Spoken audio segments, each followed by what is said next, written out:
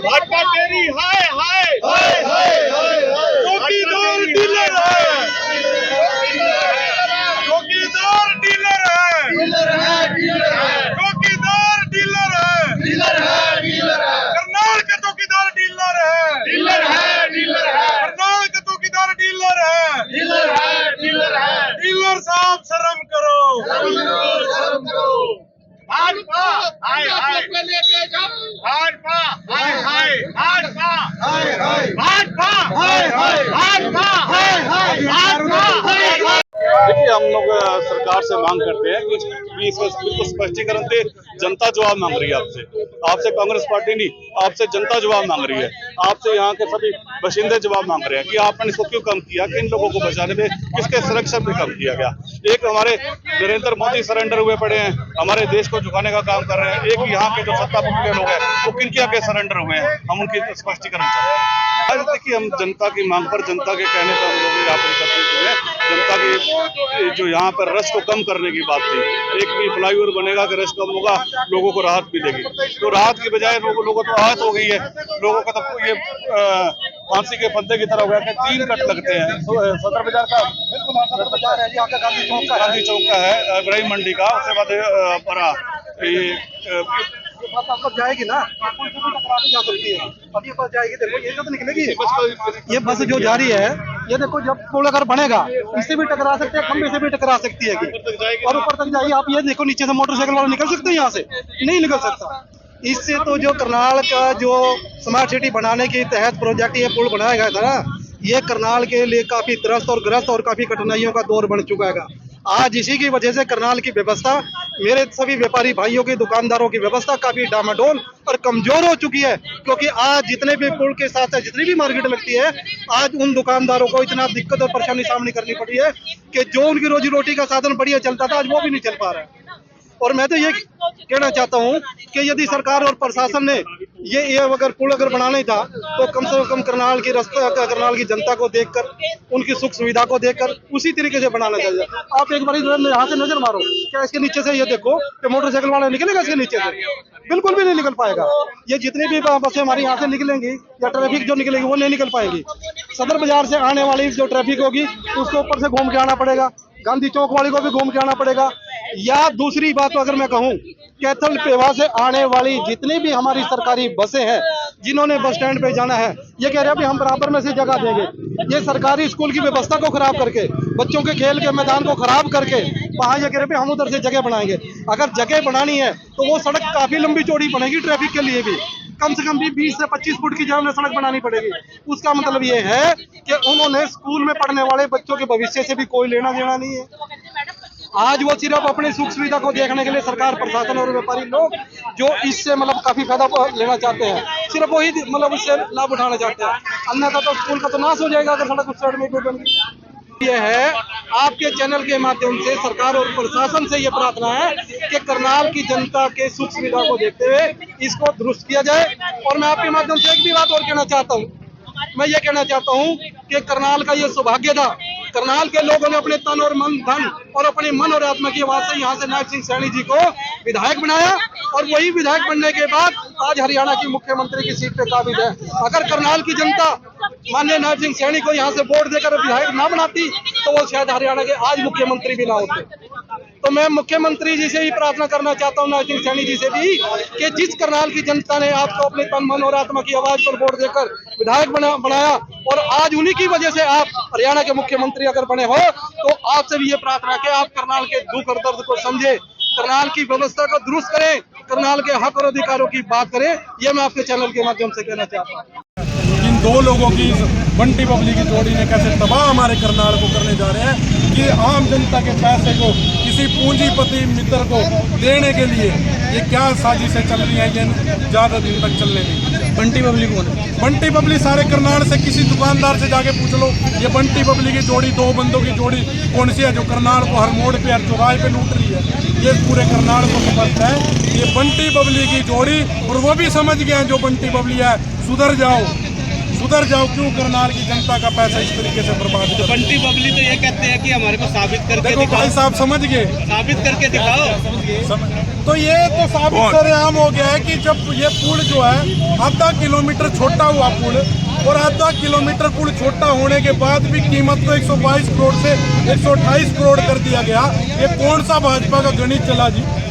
ये गणित हमें भी बता दो कि पुल की लंबाई कम होगी लेकिन बजट बढ़ गया।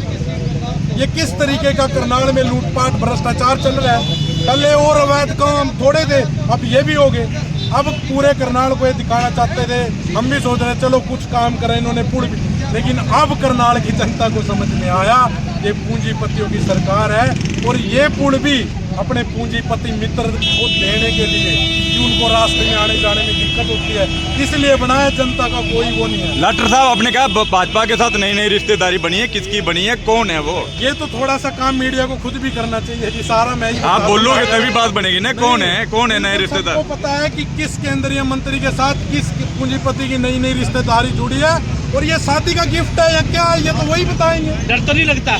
डर क्या लगेगा, हम तो सच्चाई है, जनता से बड़ा। मंत्री का भी नाम ले दो ना फिर। किसका? मंत्री कौन है? मंत्री का आप एक बात बताओ, मंत्री का भी चेकअप कर लो, जिन्होंने कृषि मंत्री रहे हैं अभी, कर लो पता कौन है, या ये भी मैं खुल के बताऊं? खुल के ही बता दो। रिश्तेदारी जो चल रही है ना जी, ये रिश्तेदारी का जो सगन चल रहे हैं, क्या चल रहा है? ये नतमस्तक है। इस पुल का नाम रखा था इन्होंने अटल सेतु, सभी को पता अटल सेतु। मैं तो ये कहता हूँ, अगर आपके अंदर, भाजपा के अंदर स्वर्गीय प्रधानमंत्री अटल बिहारी वाजपेयी का थोड़ा सा भी सम्मान अगर वो करते हो, तो इस पुल को पूंजीपतियों के कदमों में नतमस्तक ना कराओ, किसी के घर के आगे नतमस्तक, इसको वहीं तलवार तो चौक तक इस पुल को लेके जाओ। तो पास तो यही अपनी ईमानदारी का प्रमाण अगर यहाँ के विधायक या चौकीदार देना चाहते हैं ना, तो इस पुल को वहीं तक लेके जाओ। गवर्नमेंट कॉलेज तक कागजों में तलवार चौक कब तक ही था, लेकिन इनके तो प्लान भी रोज बदलते हैं, क्योंकि पूंजीपतियों की सरकार है, रोज फोन आते हैं, बदल जाते हैं इनके प्लान। आगे जरूरत नहीं होगी। देखिए ऐसा जी, मनोहर लाल खट्टर जी उस दिन आए थे, देखने आए थे पुल का, यहाँ क्यों नहीं आए जी वो देखने? उस कॉर्नर पे तो आगे वो देखने, इस कॉर्नर पे क्यों नहीं आए देखने? बताइए आप क्यों नहीं आए? क्या डर था उनको यहाँ आने में? क्योंकि इनको पता था।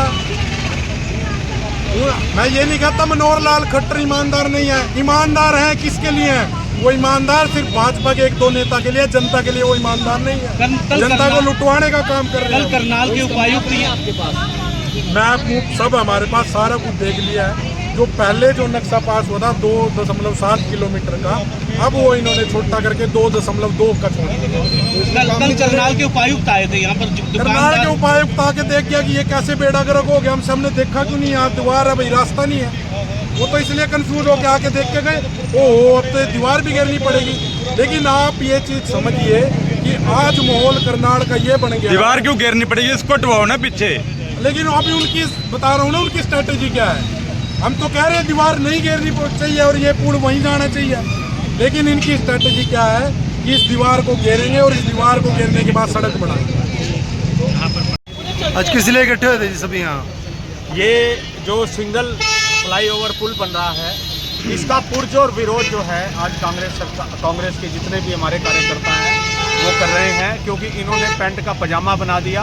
किसी एक विशेषकर पूंजीपति को मतलब सहयोग देने के लिए, उसको समर्थन देने के लिए इस सिंगल पिलर पुल को यहाँ उतारा गया। ये सबसे व्यस्त मार्ग है और यहाँ जनता परेशान हो रही है। हम इसका पुरजोर विरोध करते हैं। बंटी बबली का खुलासा क्यों नहीं कर रहे हैं सभी? कौन है बंटी बबली? जानते हैं कि बंटी बबली क्या है, सबको पता है। बाकी हमारे पोस्टवाल जी बता देंगे बंटी बबली क्या है। सारे शहर को पता है। और विरोध करते हैं और चिंता करते हैं। मैं बोलते कानून दोबारा तो टेंडर पास करके या जिस हिसाब से तुम कर सकते हो ये ठीक किया जाए। जो भी काम करते हैं थोड़ा काम करते हैं, काम में भी दबाव होता है। सिंगल फ्लाईओवर पुल बनाया है, सोने जो अपने रोड है जनता के ऊपर छड़ दो।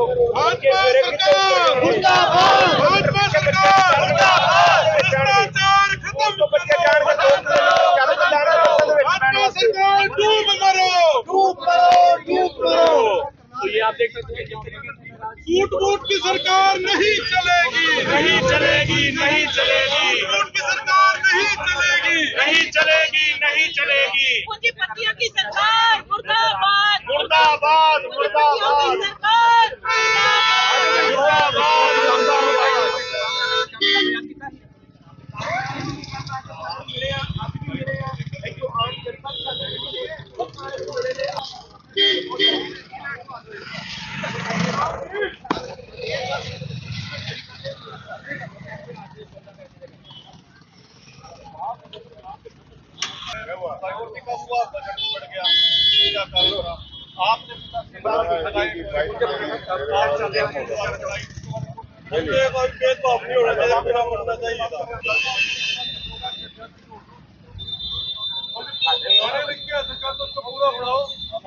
जानकार भी है वहाँ